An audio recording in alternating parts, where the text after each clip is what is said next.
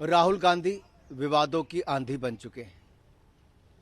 विदेशी दोस्त हों, विदेशी एजेंसियां हों, विदेशी चैनल हों या फिर विदेशी जमी हो, किसी का भी दुरुपयोग करके भारत को बदनाम करने का कोई मौका नहीं छोड़ रहे। मुझे लगता है अपनी नाकामियों को छिपाने के लिए एक सुनियोजित तरीके से विदेशी सरजमीन से राहुल गांधी जी ने भारत को बदनाम करने का ठेका ले रखा है। उनकी भाषा, उनके विचार, उनकी कार्यशैली सब कुछ संदिग्ध सी है। और अगर ये पहला समय नहीं, ये बार बार राहुल जी ने किया है। जब कोविड-19 पैंडेमिक आया तब भी भारत की वैक्सीन पर प्रशंसन खड़ा किया।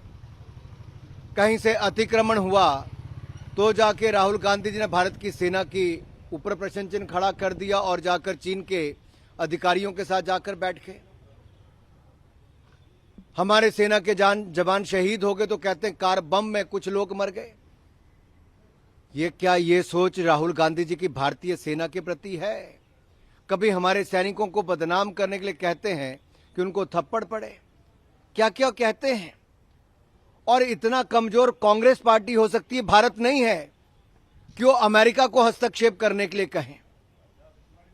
मैं इतना ही कहूंगा, राहुल जी, भारतीय लोकतंत्र भी मजबूत है, भारत के लोग भी मजबूत है, भारत की सेना भी मजबूत है और भारत के पास आज एक ऐसा नेतृत्व है जो ताकतवर भी है और दूरदृष्टि भी है।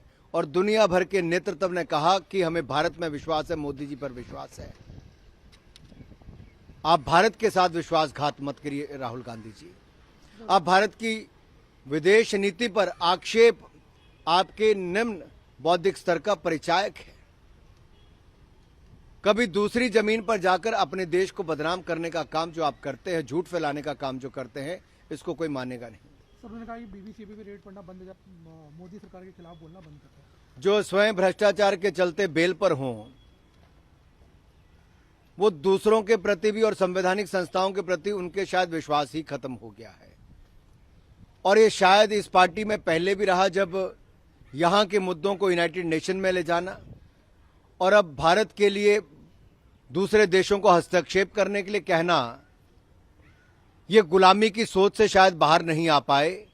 और आज़ादी के 75वें वर्ष में मैं इतना ही कहना चाहता हूं, मोदी जी ने कहा है कि गुलामी की सोच से बाहर आना चाहिए, उस मानसिकता से आज़ादी पानी चाहिए। राहुल जी, आप भी पा लीजिए।